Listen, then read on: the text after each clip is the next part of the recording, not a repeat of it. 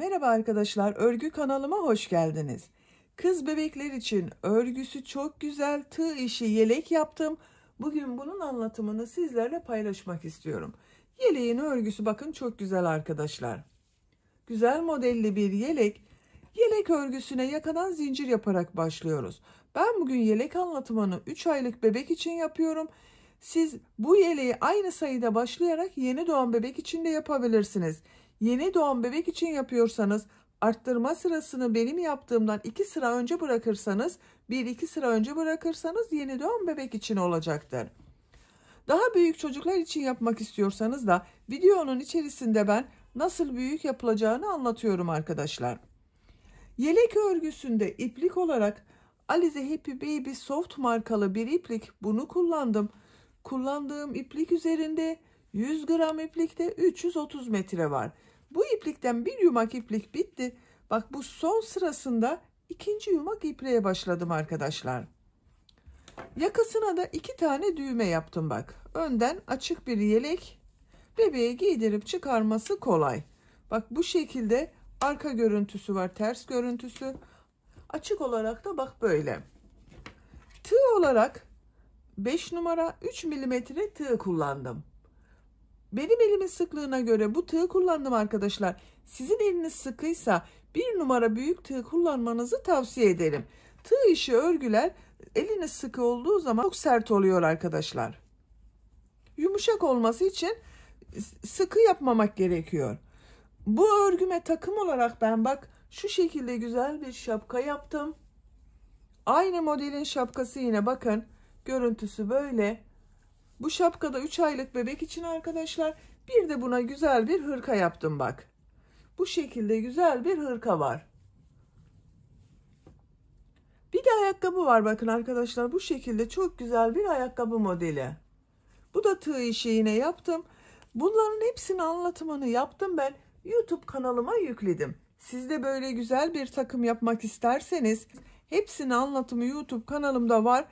Bunların anlatımlarının olduğu YouTube linklerini ben bu izlediğiniz videonun açıklama bölümüne ekliyorum. Siz izlediğiniz videonun açıklama bölümüne bakarsanız orada bulunan linke tıklarsanız bunlar gibi güzel bir takım yapabilirsiniz. Bak hırka da aynı model arkadaşlar. Biz bugün bu güzel yelek örgüsünü yapacağız. İplik tığ hazırlayalım. Hep birlikte bu güzel yeleğin örgüsüne başlayalım. Örgü kanalıma abone değilseniz abone olmayı unutmayın lütfen. Örgü kanalıma abone olmak ücretsiz. Örgü kanalıma ücretsiz abone olup orada bulunan zil şeklini dokunarak açık yaparsanız kanalıma video yüklediğim zaman ilk önce size bildirim gelir. Örgülerimden herkesten önce sizin haberiniz olur. İzlediğiniz videolarıma beğeni ve yorumlarınızı da yaparsanız çok sevinirim arkadaşlar. Örgü kanalıma ücretsiz abone olup beğeni ve yorumlarıyla destek olan bütün arkadaşlara ayrıca teşekkür ederim. Hepinize kolay gelsin. İyi çalışmalar.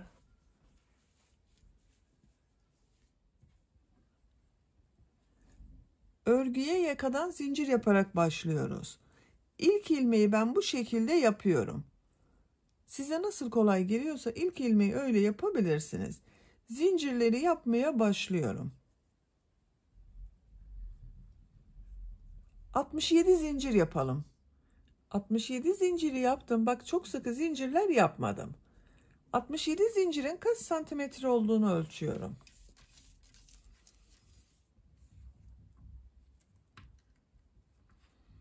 27 santimetre zincir uzunluğu var.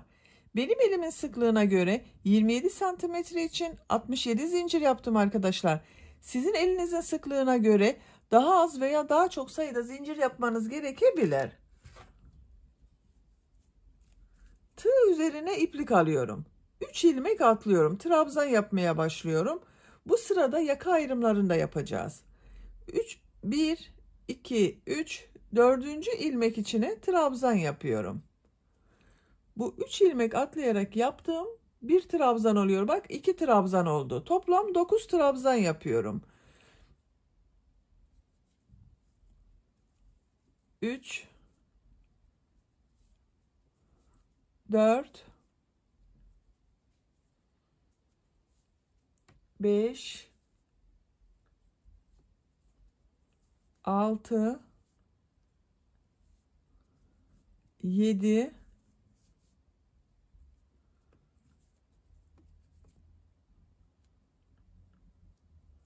8, 9. 9 trabzan yaptım. Tığ üzerine iplik alıyorum. Bak bu 10. ilmek içine bir trabzan, 2 zincir, bir trabzan yapıyorum. Arttırma yeri için burayı hazırlıyoruz arkadaşlar bak. Aynı ilmek içine bir trabzan daha yaptım. Bak 10. ilmeğe bir trabzan, 2 zincir, bir trabzan yaptım. Kol bölümü için de buraya 12 trabzan yapıyorum. 1, 2, 3,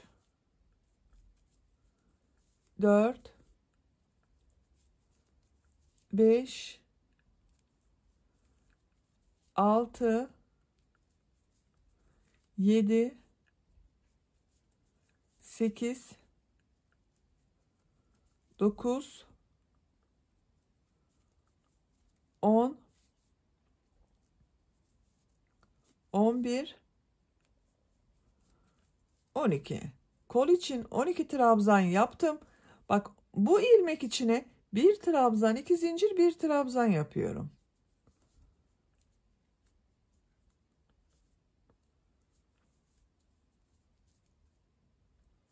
Tığ üzerine iplik alıyorum. Buraya 18 trabzan yapıyorum. Siz burayı ilk başlangıcı kaç trabzan başladıysanız burayı da 2 katı yapacağız arkadaşlar. Ben 9 trabzan başladım. Buraya 18 trabzan yapıyorum. Bak şu şekilde ilmeklere trabzan yapıyorum. 18 trabzanı yapalım. 18 trabzan yaptım. Bu ilmek içine bir trabzan, 2 zincir, bir trabzan yapıyorum.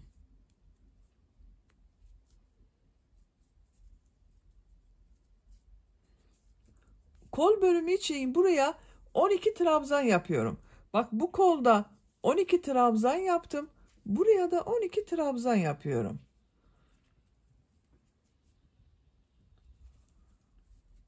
On 12 trabzanı yapalım. Kol için 12 trabzan yaptım. Bu ilmeğe yine bir trabzan, 2 zincir, bir trabzan yapıyorum.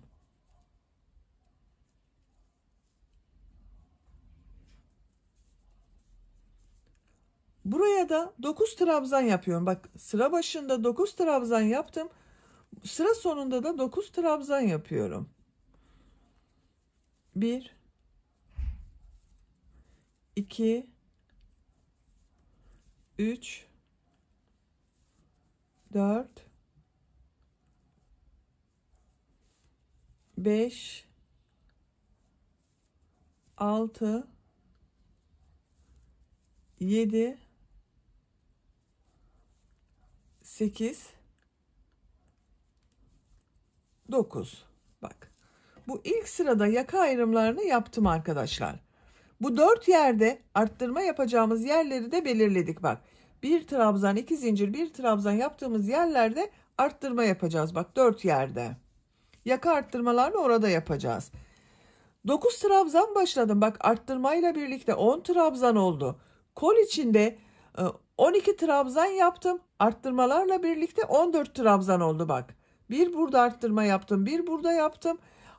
Burada bak yine bir burada arttırma yaptım, bir burada arttırma yaptım. Toplam 20 trabzan oldu. 18 trabzan yaptık. 2 arttırma olduğu için 20 trabzan oldu. Siz 6 aylık bebek için yapacaksanız bu başlangıçta 9 yaptığımız trabzanı 10 trabzan, kol bölümünü 14 trabzan, burayı 20 trabzan yapabilirsiniz. 1 yaş çocuk için yapacaksanız 11 trabzan, kol bölümünü yine 14 trabzan yapabilirsiniz.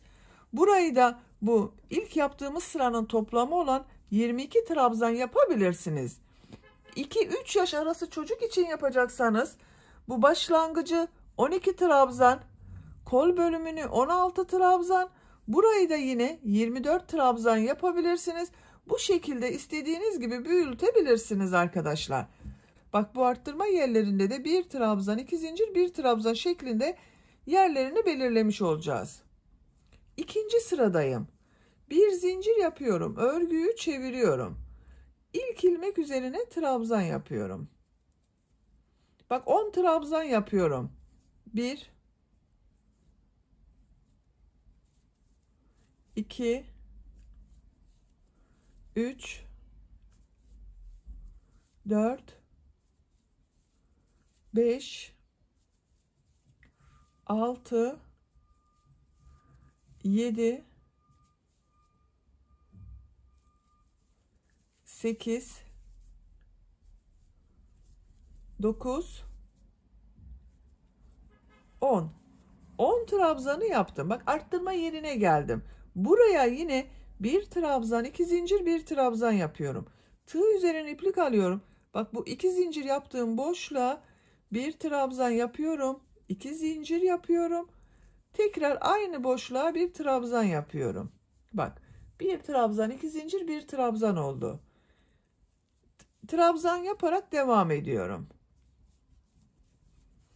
Arttırma yapacağımız buraya kadar devam edelim. Kol bölümünde bulunan bak trabzanları yaptım. Bu arttırma yerinde bir trabzan, iki zincir, bir trabzan yapıyorum.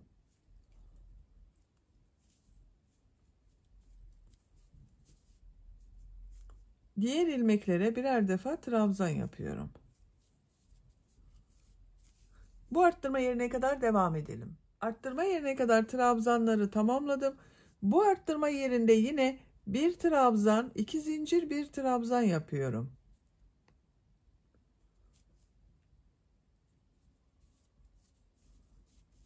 Diğer ilmeklere trabzan yaparak devam ediyorum.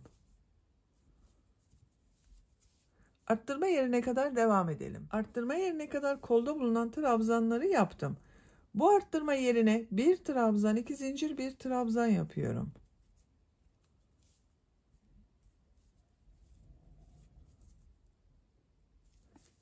Diğer ilmeklere trabzan yaparak devam ediyorum.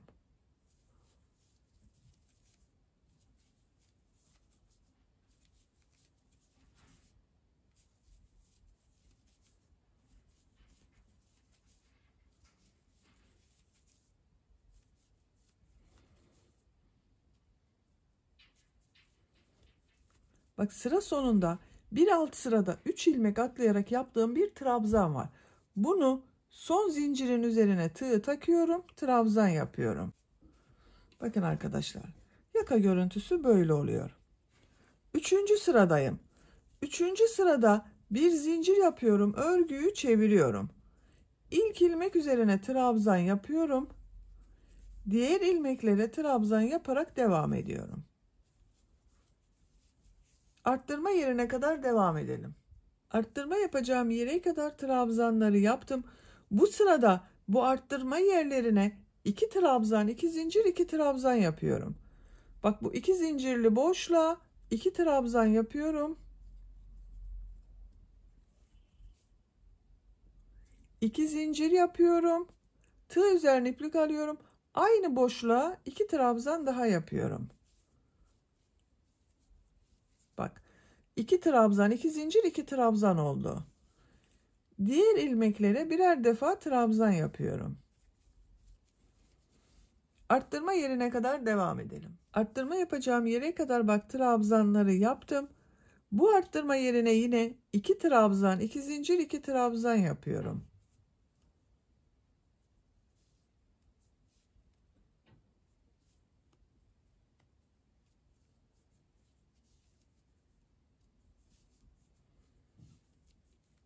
İki trabzan, iki zincir, iki trabzan yaptım.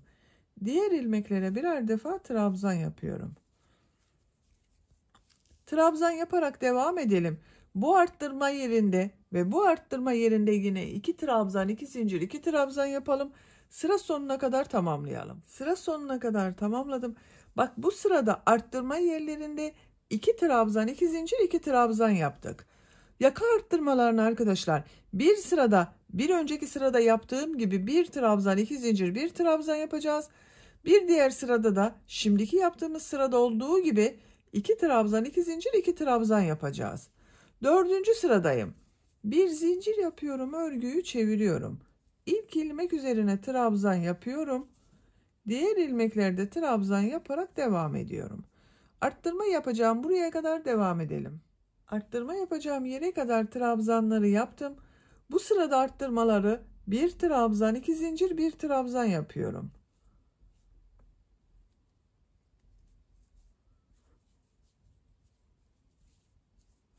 Diğer ilmeklere birer defa trabzan yapıyorum. Bakın. Bir trabzan, iki zincir, bir trabzan arttırma yaptım.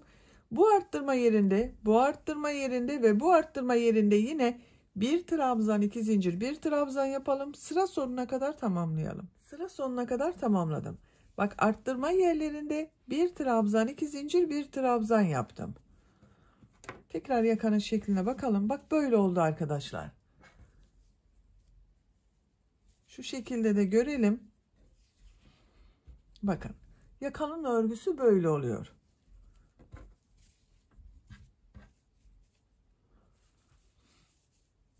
Beşinci sıradayım. Bir zincir yapıyorum, örgüyü çeviriyorum. Bu sırada arttırma yerinde iki trabzan, iki zincir, iki trabzan yapacağız. İlk ilmek üzerine trabzan yapıyorum. Diğer ilmeklere trabzan yaparak devam ediyorum. Arttırma yerine kadar devam edelim. Arttırma yapacağım yere kadar bak, trabzanları yaptım. Tığ üzerine iplik alıyorum. Arttırma yapacağım buraya iki trabzan, iki zincir, iki trabzan yapıyorum.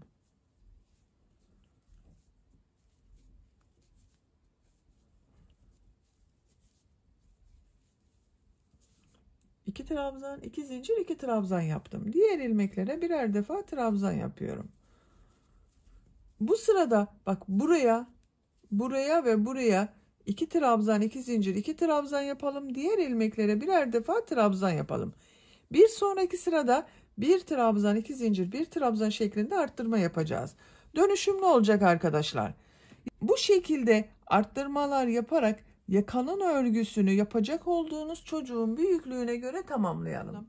9 sıra yaptım ben. 1, 2, 3, 4, 5, 6, 7, 8, 9. Santimetre olarak ölçüyorum. 8 santimetre yükseklik var. Benim yapacağım ölçü için bu yeterli. Yakanın örgüsünü burada bitirmiyoruz. Model yerleştirmeye başlıyoruz. Model de devam edecek arkadaşlar, yaka örgüsü olarak. Bak, modeli düz taraftan yapmam gerekiyor. Buradan model yerleştirmem gerekiyor. Oraya gitmek için burada sık iğne yapıyorum. Ön bölümde kaç trabzan olduğunu sayıyorum. Bak, siz de buna göre kendi trabzanlarını sayabilirsiniz. 2, 4, 6, 8, 10, 12, 14, 16, 18, 20, 21. 10 trabzan ile başladık. 21 trabzan ile ben bitirdim. Bir zincir yapıyorum, örgüyü çeviriyorum. Bu ilk ilmek üzerine sık iğne yapıyorum. Bak, 10. sırayı sık iğne yapıyorum. Her ilmek üzerine bir sık iğne yapıyorum. Tığ üzerine iplik almadan sık iğne yapıyorum. Buraya kadar devam edelim. Bak, arttırma yaptığım zincire geldim arkadaşlar. Buraya kadar sık iğne yaptım. Bu iki zincir yaptım. Bak, burada bu zincirler üzerine de iki sık iğne yapıyorum. Her zincir üzerine bir sık iğne gelmiş oluyor bak. 2 sık iğne yaptım. Diğer ilmeklere birer defa sık iğne yapıyorum. Buraya kadar devam edelim. Bak, bu iki zincir üzerine iki sık iğne yapalım. Bu zincir üzerine iki sık iğne yapalım. Bu zincir üzerine de iki sık iğne yapalım. Diğerlerine birer defa sık iğne yapalım. Sıra sonuna kadar devam edelim. Sık iğne yaparak sıra sonuna kadar tamamladım. Bak, bir sıra sık iğne yaptım arkadaşlar. Örgünün düz tarafı bak burası. İplik burada. Ben şuradan anlıyorum. Bak, görüntü olarak farklı. Burasını örgünün düz tarafı olarak ele alıyorum. Bak, diğer tarafın görüntüsü farklı. Bu sırada model yerleştirmeye başlıyorum. Bir zincir yapıyorum, örgüyü çeviriyorum. İlk ilmek üzerine trabzan yapıyorum. Tığ üzerine iplik alıyorum. Bir ilmek atlıyorum. İkinci ilmeğe 4 trabzan yapıyorum. 1. Bak, aynı ilmek içine yapıyorum. 2, 3, 4. Bu ilk model yarım model olacak arkadaşlar. Karşı taraftan da yarım model yapacağız. İkisinin birleşimi tek model gibi görünecek. Bak bu modelin yarısı. Bir zincir yapıyorum. 2 ilmek atlıyorum. Üçüncü ilmeğe sık iğne yapıyorum. Bir zincir yapıyorum. Tığ üzerine iplik alıyorum. 2 ilmek atlıyorum. Üçüncü ilmeğe 4 trabzan yapıyorum.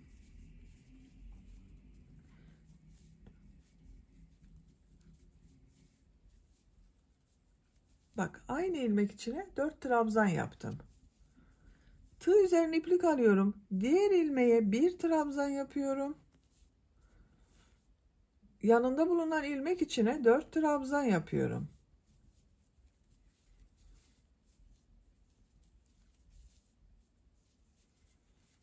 Bak bir model için 9 trabzan yaptım.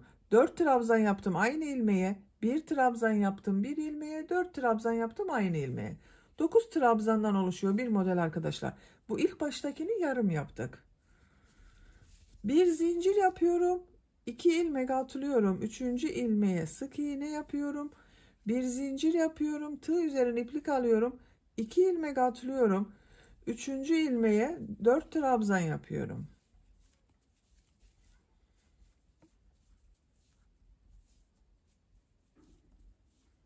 Bak aynı ilmek içine 4 trabzan yaptım. Bir trabzan yapıyorum. Diğer ilmeğe 4 trabzan yapıyorum.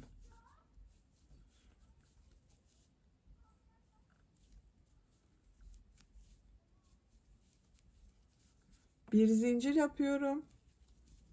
2 ilmek atlıyorum. Sık iğne yapıyorum. Bir zincir yapıyorum. 2 ilmek atlıyorum. Model yapmak için 4 trabzan yapıyorum aynı ilmeğe.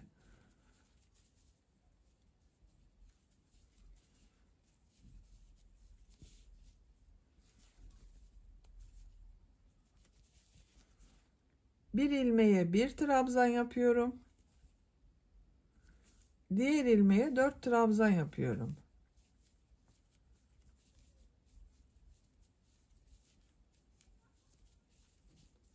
Bir zincir yapıyorum. 2 ilmek atlıyorum. Sık iğne yapıyorum. Bak bu şekilde model kurulumu yapıyoruz. Gördüğünüz gibi 9 trabzandan bir model yapıyoruz arkadaşlar. Ortaya da sık iğne yapıyoruz. Sıra sonuna kadar modelleri yaparak devam edelim. Sıra sonunda yine yarım model yapacağız. Sıra sonuna kadar modelleri yaparak tamamladım. Bak buraya 4 trabzan yaptım arkadaşlar. Sıra başında yarım model yapmak için bak bu ilmeğe 4 trabzan yaptım. Burada da 4 trabzan yaptım. Burada bir ilmek atlıyorum. İkinci ilmek üzerine bir trabzan yapıyorum. Son ilmek bak. Trabzan ile bitirdim. Sıra başında da trabzan ile başladım. Bir ilmek atladım. Model yaptım. Bak yarım model. Sonra 2 ilmek atladım. Sık iğne yaptım. Bak aynısı oldu. Benim bir sık iğne fazla geldi arkadaşlar. Onun için bak burada 3 ilmek atladım bir yerde. Denk gelmesi için 3 ilmek atladım. Sıra sonunun aynı görünmesi için. Görelim bak yaka şeklini. Bu şekilde oldu. Bir sıraya kaç model yaptığımı sayıyorum. Bak yarım model yaptım. 1, 2, 3, 4, 5, 6, 7, 8, 9, 10, 11, 12, 13, 14, 15, 16, 17, 18, 19. 2 de yarım model var. 21 model var arkadaşlar bir sıra üzerinde. Şimdi örgünün ters tarafından sık iğne yapacağız. Bir zincir yapıyorum. Örgüyü çeviriyorum. İlk ilmek üzerine bak trabzan yapıyorum. Bir zincir yapıyorum. Bu sırada bu yaptığım trabzanları boşluktan alarak sık iğne yapıyorum. Bu 4 trabzanı bak şu şekilde tığı boşluğa takıyorum. Bak bu şekilde üzerine yapmıyorum. Bak böyle yapmıyorum. Boşluğa takıyorum. Sık iğne yapıyorum. 1 2 3 4 4 sık iğne yaptım. 3 zincir yapıyorum. Bak arada 3 zincir yapıyorum. Diğer modelde bu 4 trabzanı boşluktan alarak sık iğne yapıyorum. 1 2 3, 4. Bak 4 sık iğneyi boşluktan aldım. Sık iğne yaptım. Bak şu şekilde oldu arkadaşlar. Düz tarafının görüntüsü böyle. Bak burada bir trabzan yaptığım yere geldim. Bu trabzanı bak örgünün düz tarafı burası. Düz tarafından boşluktan alarak trabzan yapacağız. Bir zincir yapıyorum bak arada. Tığ üzerine iplik alıyorum. Şu tek olan trabzanı ters taraftan şu şekilde boşluktan alıyorum. Trabzan yapıyorum. Bak bunu trabzan yaptım. Bir zincir yapıyorum. Bu 4 trabzanı sık iğne yapıyorum.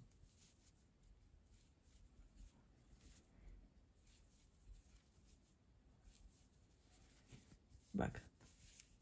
Tam modeli bitirdik. Düz tarafının görüntüsü böyle. 2 model ortasında bak 3 zincir yapıyorum. Tığ üzerine iplik almadan bu 4 trabzanı boşluktan alarak sık iğne yapıyorum.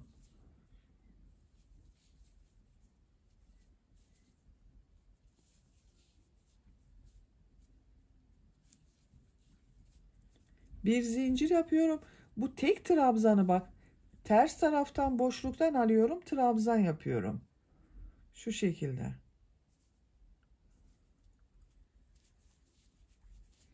Bir zincir yapıyorum. 4 trabzanın üzerine bak sık iğne yapıyorum boşluktan alarak. 2, 3, 4. 3 zincir yapıyorum. Diğer modelde 4 sık iğne yapıyorum boşluktan alarak. Şu tek trabzanı tekrar gösteriyorum arkadaşlar. Bak bir zincir yapıyorum. Bu bir trabzanı ters taraftan boşluktan alıyorum. Trabzan yapıyorum. Bir zincir yapıyorum. 4 trabzanı boşluktan alarak sık iğne yapıyorum. Bak görüntüsü böyle. Sıra sonuna kadar tamamlayalım. Sıra sonunda bulunan yarım modele kadar bak modelleri tamamladım. 3 zincir yapıyorum. Bu 4 trabzanı bak yarım modelde 4 trabzan var. Boşluktan alıyorum, sık iğne yapıyorum.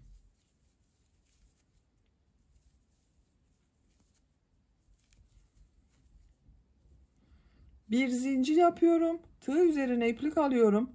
Bak bu son ilmek üzerine trabzan yapıyorum. Bakın görüntüsü böyle oldu. Şekli böyle arkadaşlar. Bu sırada kol ve gövde bölümünü birbirinden ayıracağız. Örgüye artık gövdenin örgüsüyle devam edeceğiz.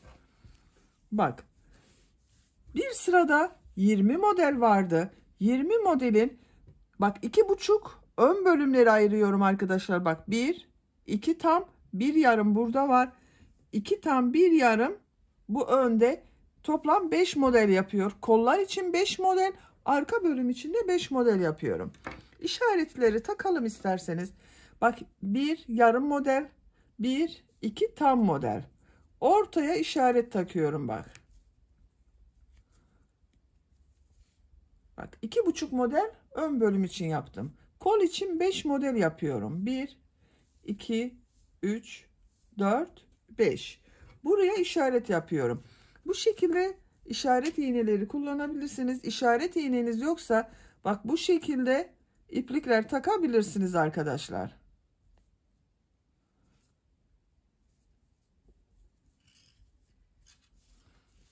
Diğer taraftan da sayıyorum. 2,5 model ön bölüm için yapıyorum. Bak yarım, 1, 2, buraya işaret yapıyorum.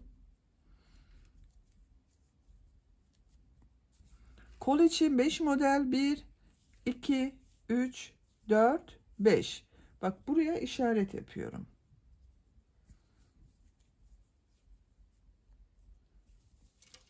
Arka bölüm için kaç model kaldığını sayıyorum. Bak 1, 2, 3, 4, 5 model de arka bölüm için kaldı. Görüntü böyle bakın arkadaşlar. Ayrımları yaptık. Şimdi birleştireceğiz. Bak bu ön bölümlerle arka bölümü birleştireceğiz. Bir zincir yapıyorum. Örgüyü çeviriyorum. İlk ilmek üzerine trabzan yapıyorum. Tığ üzerine iplik alıyorum. Bu bir zincir yaptığım boşluğa 4 trabzan yapıyorum. Bak yine yarım model için 4 trabzan yapıyorum. 3 4 bir zincir yapıyorum.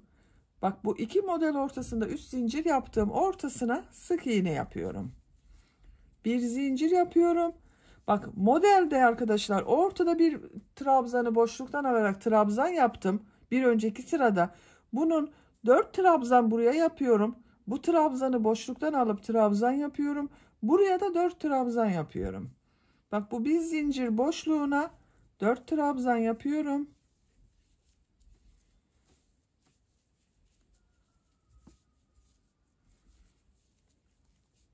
Tığ üzerine iplik alıyorum. Bu trabzanı bak. Boşluktan alarak yaptığım trabzanı boşluktan alıyorum. Trabzan yapıyorum. Bak bu sırada düz taraftan yaptım. Tığ üzerine iplik alıyorum. Bu bir zincirli boşluğa 4 trabzan yapıyorum.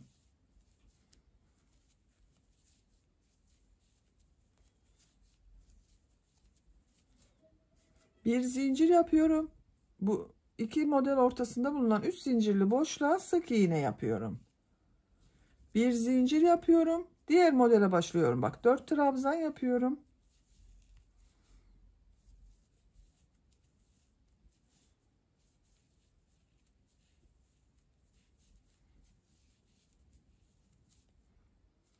Tığ üzerine iplik alıyorum. Bu bak boşluktan alarak yaptığım trabzanı boşluktan alıyorum. Trabzan yapıyorum. Bir zincirli boşluğa 4 trabzan yapıyorum.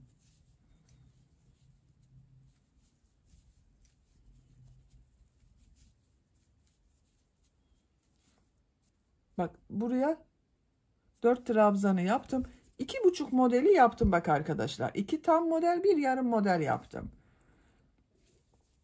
Bir zincir yapıyorum. Bak burada bu işaret ile diğer işaret yaptığım üçer zincir var. Bunları birleştiriyorum bak. Şu şekilde tığı buna takıyorum. Kolda 5 model yaptım. 5 modeli atlıyorum. Bu işareti yaptım. Şu işareti çıkarıyorum bakın. Daha güzel görünsün diye. Bak. 2-3 zincir var. İkisini birleştiriyorum. Buraya bir sık iğne yapıyorum. Bak sık iğne yaptım. Bir zincir yapıyorum. Kolda bulunan modellere bu trabzanları yaparak devam ediyorum. Bak bir zincirli boşluğa 4 trabzan yapıyorum.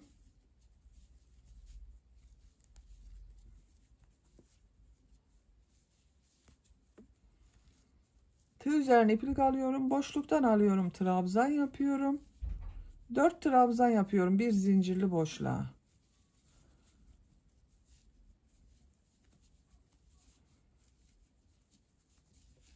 Bir zincir yapıyorum. Sık iğne yapıyorum. Bak modeller böyle.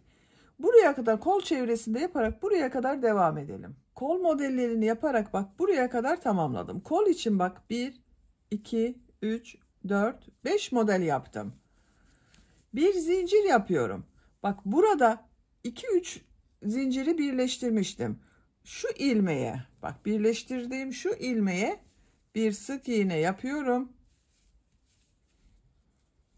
Bir zincir yapıyorum. Arka bölümde bulunan modelleri yaparak devam ediyorum. Bak bu bir zincir boşluğuna 4 trabzan yapıyorum.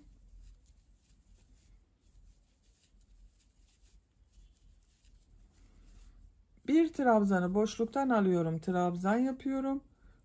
4 trabzan yapıyorum.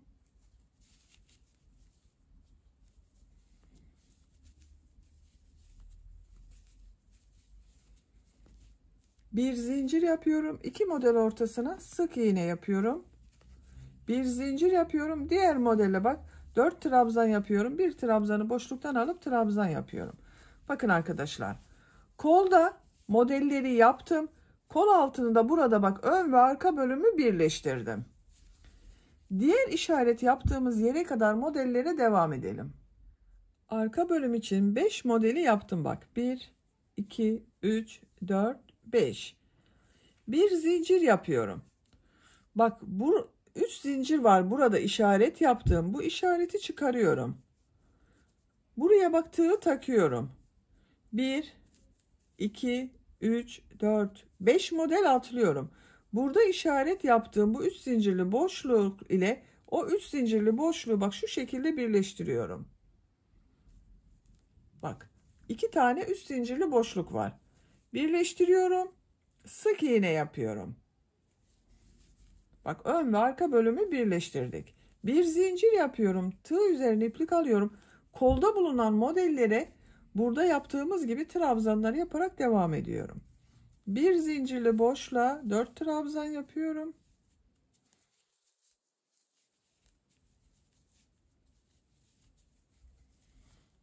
Bu bir trabzanı boşluktan alıyorum. Trabzan yapıyorum.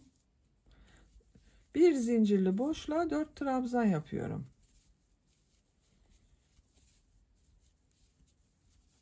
Bir zincir yapıyorum. 2 model ortasında bulunan boşluğa sık iğne yapıyorum. Bir zincir yapıyorum. Tığ üzerine iplik alıyorum. Diğer modele başlıyorum. Bak aynısını yapıyoruz. 5 modeli tamamlayalım. Kol modellerini yaptım. 5 model yaptım. Bak 1, 2, 3, 4, 5. Bir zincir yapıyorum. Bak birleştirme yaptığım şu ilmek var. Bu ilmeğe sık iğne yapıyorum. Bir zincir yapıyorum. Ön bölümde bulunan modeli yaparak devam ediyorum. 4 trabzan yapıyorum. Tığ üzerine iplik alıyorum. Boşluktan alıyorum. Trabzan yapıyorum. Sıra sonuna kadar devam edelim. Sıra sonuna kadar tamamladım. Son modeli bak yarım model yaptım. Son ilmeğe de bir trabzan yaptım. Bakın arkadaşlar. Bu sırada görüntü böyle oldu. Kol bölümlerini gövde bölümünden ayırdık. Bak ön ve arka bölümü burada birleştirdik. Bir zincir yapıyorum. Örgüyü çeviriyorum. Bu boşluktan alarak sık iğne yaptığımız sıradayız. Tığ üzerine iplik alıyorum. İlk ilmek üzerine trabzan yapıyorum. Bir zincir yapıyorum. Bu 4 trabzanı boşluktan alarak sık iğne yapıyorum bak. Şu şekilde. 1 2 3 4 3 zincir yapıyorum. Diğer modelde ilk 4 trabzanı boşluktan alıyorum. Sık iğne yapıyorum. 1 2 3 4. Bak boşluktan alarak yaptığım trabzandayız. Bir trabzan bak ters tarafta görünüyor. Bir zincir yapıyorum. Tığ üzerine iplik alıyorum. Bu ters tarafta görünen trabzanı ters taraftan boşluktan alıyorum. Trabzan yapıyorum. Bu trabzan bak bu sırada ters tarafta görünüyor. Diğer sırada düz taraftan görünüyor. Bir zincir yapıyorum. 4 ilmeği bak boşluktan alarak sık iğne yapıyorum.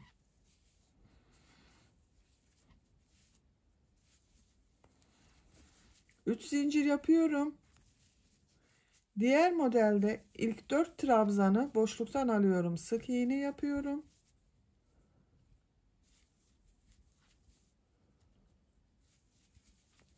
Bir zincir yapıyorum. Tığ üzerine iplik alıyorum. Bak bu ters tarafta görünen bir trabzanı ters taraftan boşluktan alıyorum. Trabzan yapıyorum. Bir zincir yapıyorum. 4 trabzanı boşluktan alıyorum. Sık iğne yapıyorum.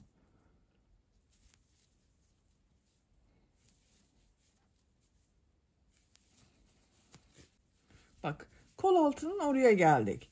Ön bölümde 2,5 model yaptım. Bu kol altında bak bir model arttırması yapmak istiyorum buraya arkadaşlar. Onun için buraya bir model için yuva hazırlıyorum. 3 zincir yapıyorum bak. 2 model arasında yaptığımız 3 zincir. Tığ üzerine iplik alıyorum. Bak bu birleştirme yaptığım ilmek var. Bunun üzerine bir trabzan, 2 zincir, bir trabzan yapıyorum.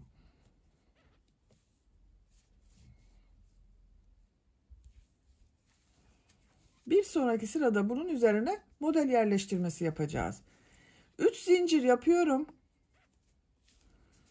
Bu modelde ilk 4 trabzanı boşluktan alıyorum. Sık iğne yapıyorum. Bak kola devam etmedim. Arka bölüme devam ediyorum arkadaşlar. Kolu burada bırakıyorum.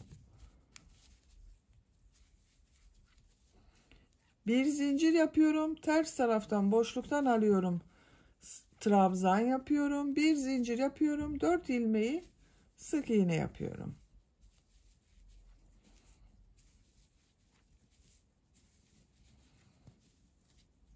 Üç zincir yapıyorum. Diğer modele başlıyorum bak. 4 trabzanı boşluktan alıp sık iğne yapıyorum. Bir trabzanı boşluktan alarak trabzan yapıyorum. Bak kol altında bir model için yuva yaptık buraya. Diğer kol altı yaptığımız yere kadar devam edelim. Diğer kol altına kadar modelleri yaptım. 3 zincir yapıyorum. Tığ üzerine iplik alıyorum. Bak ön ile arka bölümü birleştirdiğim bu ilmeğe bir trabzan, 2 zincir, bir trabzan yapıyorum. Burada da bir model arttırması yapıyorum bak. 3 zincir yapıyorum. Ön bölümde bulunan modellere boşluktan sık iğne yaparak devam ediyorum.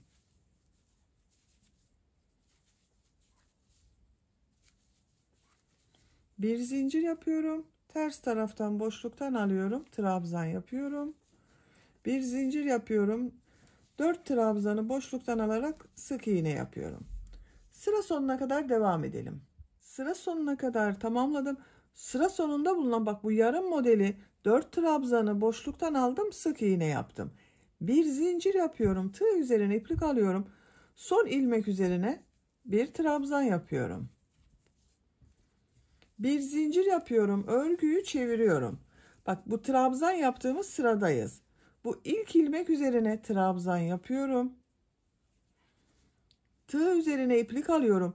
Bu bir zincir yaptığım boşluğa 4 trabzan yapıyorum.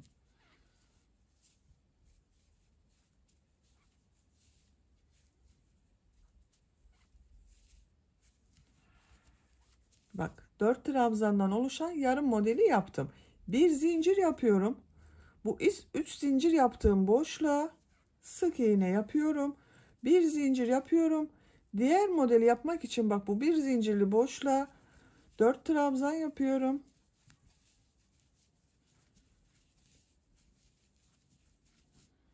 Tığ üzerine iplik alıyorum. Bu trabzanı bak boşluktan alıyorum. Trabzan yapıyorum.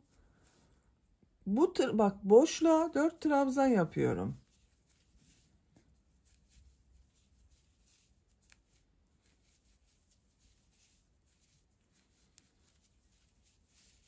Bir zincir yapıyorum. 3 zincirli boşluğa sık iğne yapıyorum. Bir zincir yapıyorum. Diğer modelde bak bu bir zincirli boşluğa 4 trabzan yapıyorum.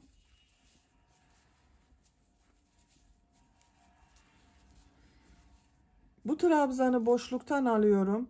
Trabzan yapıyorum. Tekrar bu bir zincirli boşluğa 4 trabzan yapıyorum.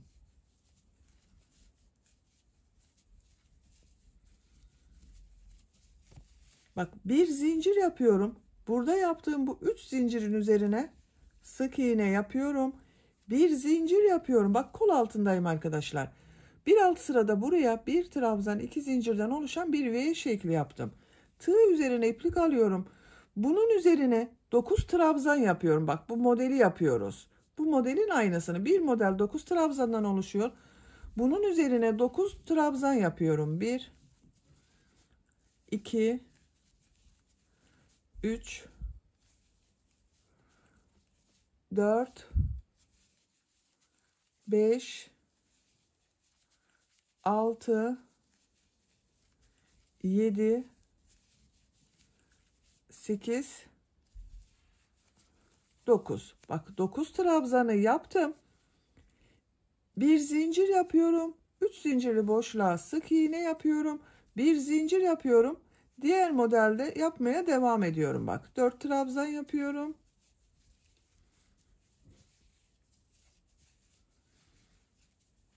Boşluktan alıyorum, trabzan yapıyorum. 4 trabzan yapıyorum. Bak buraya bir model yaptık arkadaşlar. Diğer kol altı yaptığımız bu V şekline kadar devam edelim. Diğer kol altına kadar bak, arka bölümde modelleri yaptım. Bir zincir yapıyorum. Bu 3 zincirli boşluğa sık iğne yapıyorum. Bir zincir yapıyorum. Kol altında yaptığım bak bu bir trabzan, 2 zincir, bir trabzandan oluşan V şeklinin içine 9 trabzan yapıyorum. 2 3 4 5 6 7 8 9. Bak burada da V şekli içine 9 trabzan yaptım. Buraya da 9 trabzan yaptım. Bir zincir yapıyorum. 3 zincirli boşluğa sık iğne yapıyorum. Bir zincir yapıyorum. Modelleri yapmaya devam ediyorum. Bak bu bir zincirli boşluğa 4 trabzan yapıyorum. Bir trabzanı boşluktan alıyorum. Trabzan yapıyorum. 4 trabzan yapıyorum. Sıra sonuna kadar devam edelim. Bak sıra sonuna kadar geldim. Son yarım modeli sizinle bir defa daha birlikte yapmak istiyorum arkadaşlar. Bak bir zincir yapıyorum. Tığ üzerine iplik alıyorum. Burada yaptığım bir zincirli boşluğa 4 trabzan yapıyorum.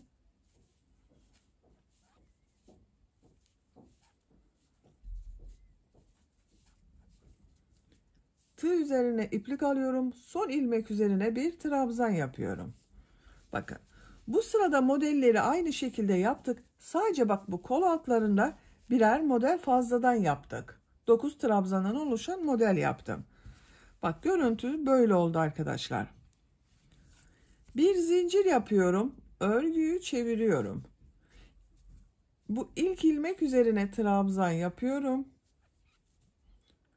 Bir zincir yapıyorum. Bak bu 4 trabzanı boşluktan alarak sık iğne yapıyorum. 1 2 3 4 3 zincir yapıyorum. Diğer modele başlıyorum. 4 trabzanı boşluktan alarak sık iğne yapıyorum. Bu kol altına kadar devam edelim. Model yapmıştık. Bak buraya kadar devam edelim. Kol altında yaptığım modelle kadar bak modelleri yaptım. 3 zincir yapıyorum. Burada 9 trabzan yaptım. İlk 4 trabzanı boşluktan alıyorum. Sık iğne yapıyorum bak. Tığ üzerine iplik almıyorum. 1 2 3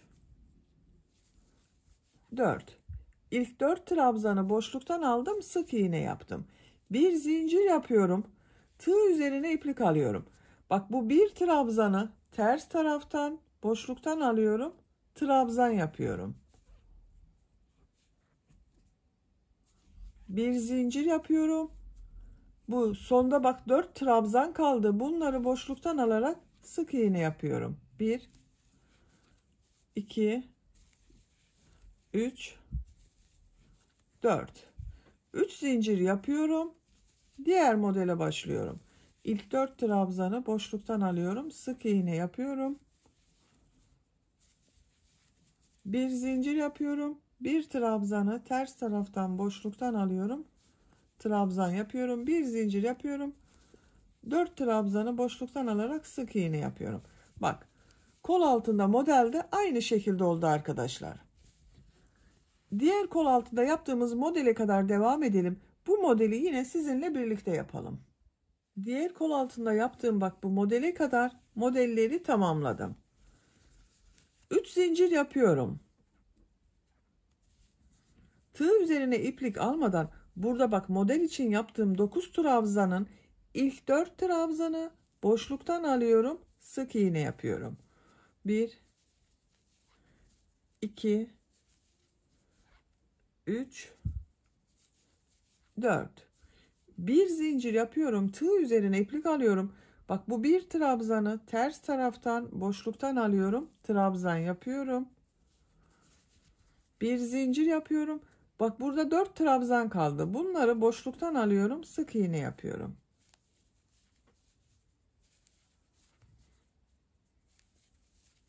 Üç zincir yapıyorum. Diğer modele başlıyorum. 4 trabzanı boşluktan alarak sık iğne yapıyorum. Bu şekilde bak modellere devam ediyoruz. Bak kol altında görünen modelin görüntüsü böyle. Sıra sonuna kadar devam edelim. Sıra sonuna kadar modelleri tamamladım. Bak sonda bulunan yarım modeli de 4 trabzanı boşluktan aldım, sık iğne yaptım. Bir zincir yapıyorum.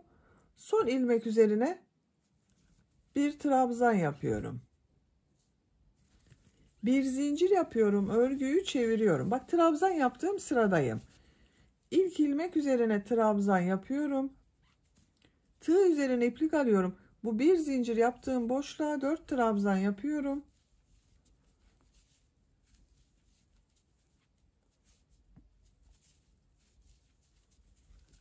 Bir zincir yapıyorum. Bu 3 zincirli boşluğa sık iğne yapıyorum. 2 model ortasına bak. Bir zincir yapıyorum. 4 trabzan yapıyorum. Modelleri aynı şekilde devam ediyoruz. Bakın arkadaşlar, burada da aynı.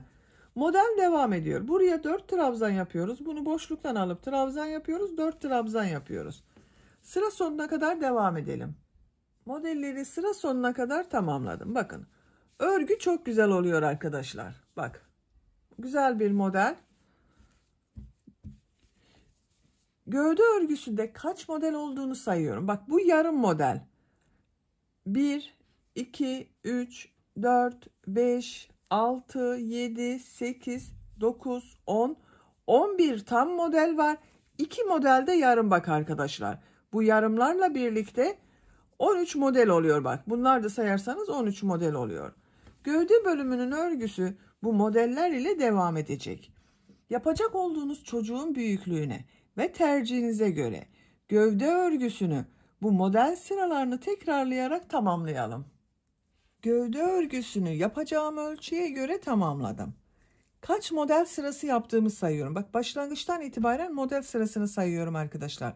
Bu kabarık görünen modelleri bak. 1, 2, 3, 4, 5, 6, 7, 8, 9, 10, 11 sıra yaptım.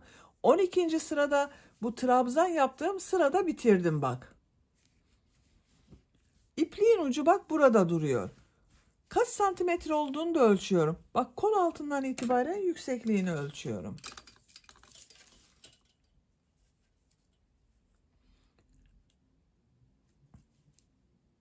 ...16 santimetre yükseklik var. Benim yapacağım ölçü için bu yeterli. Siz biraz uzun olsun istiyorsanız 1 veya 2 model sırası devam edebilirsiniz. Yeni doğan bebek için yapıyorsanız da bir model sırası önce burada bırakabilirsiniz arkadaşlar. Yine trabzan sırasında bitecek. İkinci ipliğe başladım bak ben. Buradan itibaren ikinci iplik kullanıyorum. Şimdi ön patta düğme iliği yapacağız. Buraya bir sıra sık iğne yapıyorum. En son bak bu ilmeğe yaptım. Bir zincir yapıyorum. Bu ilmek içine sık iğne yapıyorum. Sık iğne sırası yapıyorum.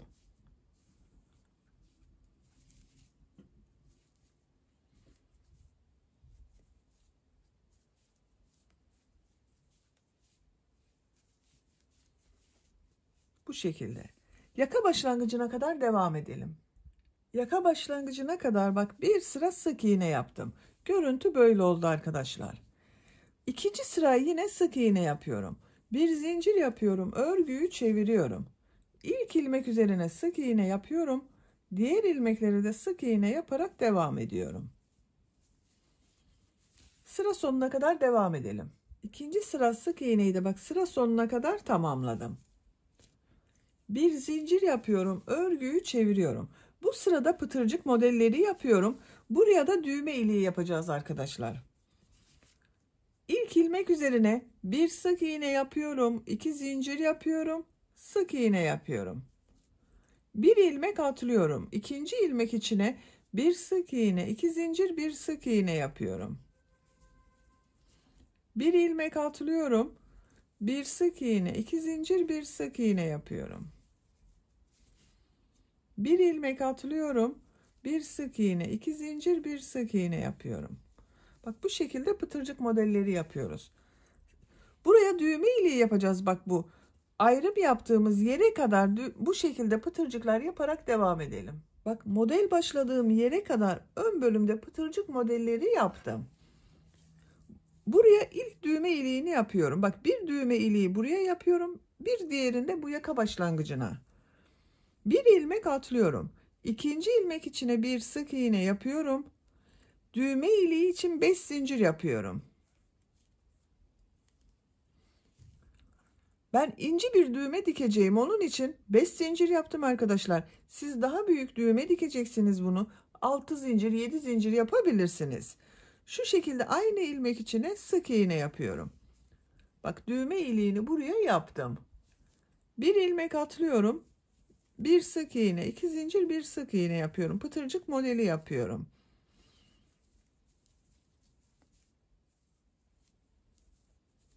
Bak diğer düğme iliğini de buraya yapacağız. 1, 2, 3, 4, 5 pıtırcık yaptım.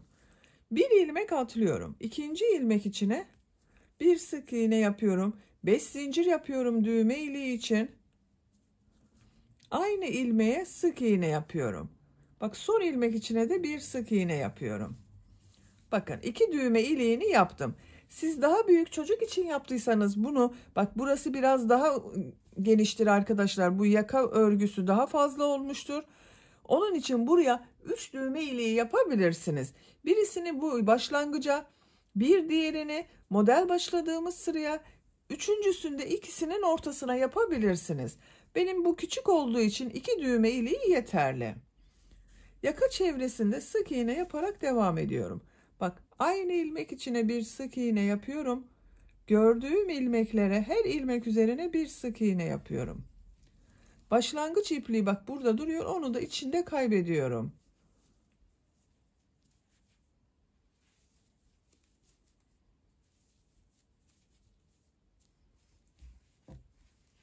Buraya kadar devam edelim.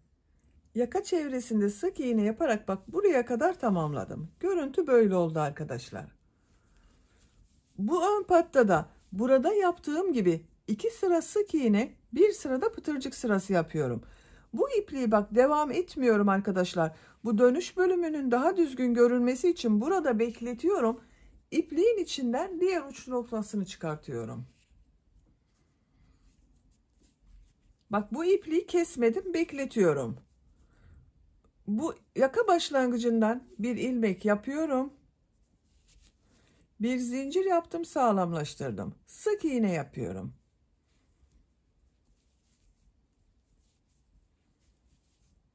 Sıra sonuna kadar devam edelim. Sıra sonuna kadar sık iğne yaptım. Bir zincir yapıyorum, örgüyü çeviriyorum.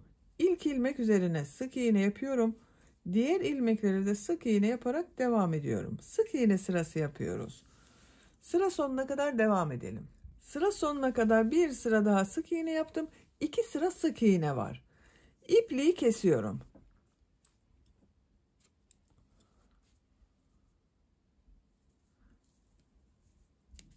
Bak yaka çevresinde sık iğne yaptığım ipliği burada bekletiyordum. Bu iplik ile devam ediyorum.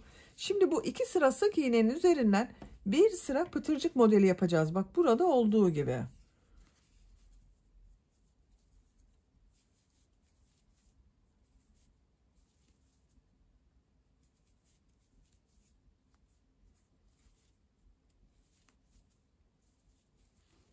Bak sıra sonuna kadar yaka çevresinde sık iğneyi yaptım.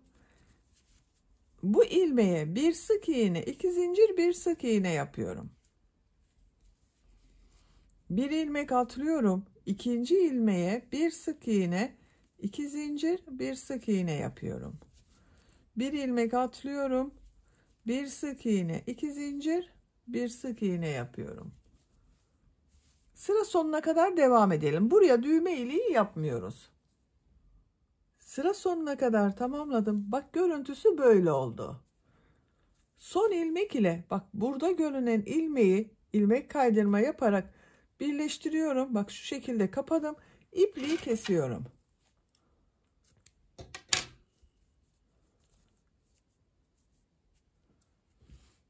Bakın arkadaşlar. Ben düğme iliklerinin karşısına da 2 tane düğme diktim bak. 2 düğme iliği yaptım. Tam karşılarına ince düğme dikeceğimi söylemiştim. İnce düğme diktim.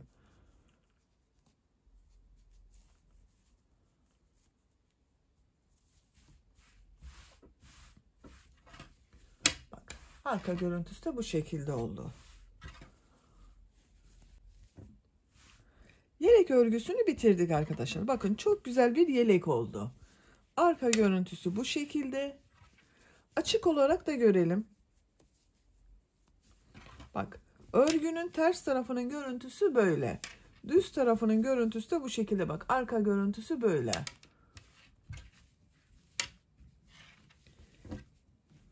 Bitmiş olarak ölçülerini de söylüyorum size.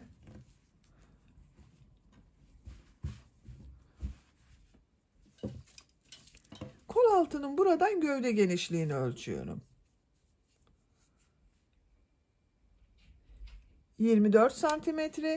Yüksekliğini ölçüyorum. Kol altından gövde yüksekliği 16 santimetre. Omuzdan tam yüksekliğini ölçüyorum. 28 santimetre. Bu ölçüde 3 aylık bebek için güzel bir ölçü oldu arkadaşlar. Beni dinlediğiniz için hepinize çok teşekkür ederim. Örgü kanalıma abone değilseniz abone olmayı unutmayın lütfen. Örgü kanalıma abone olmak ücretsiz. Örgü kanalıma ücretsiz abone olup orada bulunan zil şeklini dokunarak açık yaparsanız kanalıma video yüklediğim zaman ilk önce size bildirim gelir. Örgülerimden herkesten önce sizin haberiniz olur. İzlediğiniz videolarıma beğeni ve yorumlarınızı yaparsanız çok sevinirim arkadaşlar. Sizlerle yeni örgülerde görüşmek dileğiyle. Hoşça kalın, sevgiyle kalın.